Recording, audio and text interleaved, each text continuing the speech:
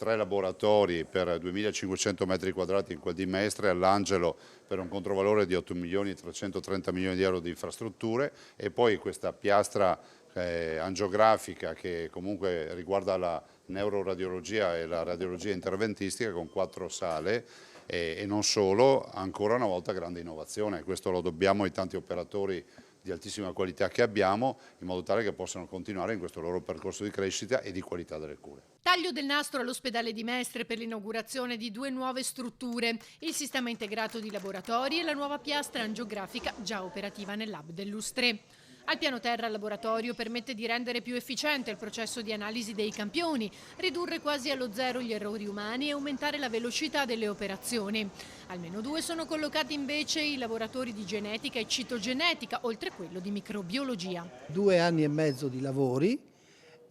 una struttura che era il grezzo inutilizzata che è stata trasformata in un massimo dell'efficienza, direi, sia sulla parte del laboratorio sia sulla parte della diagnostica e dell'interventistica angiografica. È un lavoro importante, è un lavoro che pone la struttura di Mestre, l'ospedale dell'Angelo, al vertice sia da un punto di vista tecnologico, ma direi anche da un punto di vista professionale, perché nel frattempo sono cresciute le professionalità, sono entrati nuovi professionisti e quindi noi possiamo raccogliere